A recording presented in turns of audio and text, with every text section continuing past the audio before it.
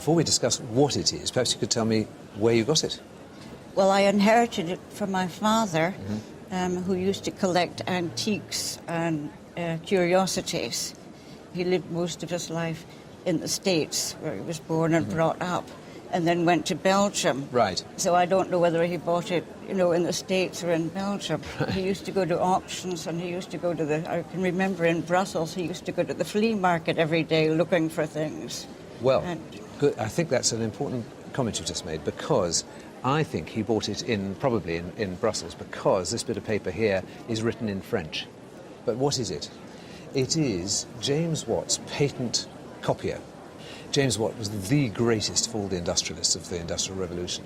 And in 1780, he was working with Matthew Boulton, installing a steam engine in a tin mine in Cornwall. And they were travelling endlessly between Soho in Birmingham and Cornwall. And he realised that he needed papers in both places. And it was just too boring to write them out each time. And because he was a man of immense intelligence, almost two brains, he was that clever, he sat down one night and worked out a photocopier.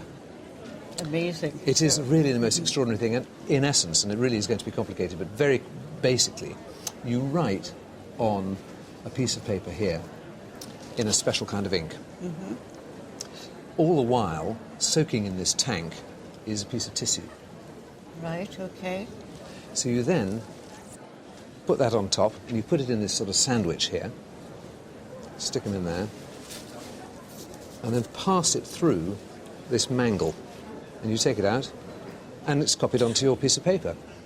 What's the problem with that? There's a fundamental problem with that. It's going to be in reverse. Oh, yes, of course, yes. Don't worry. He had a special batch of paper, tissue paper, so thin that all you had to do was hold it up to the light, and you'd be able to read it through the right way. So he thought of everything. It is quite extraordinary to have devised this. And he called it a new method of copying letters and other writings expeditiously, and it clearly was expeditious.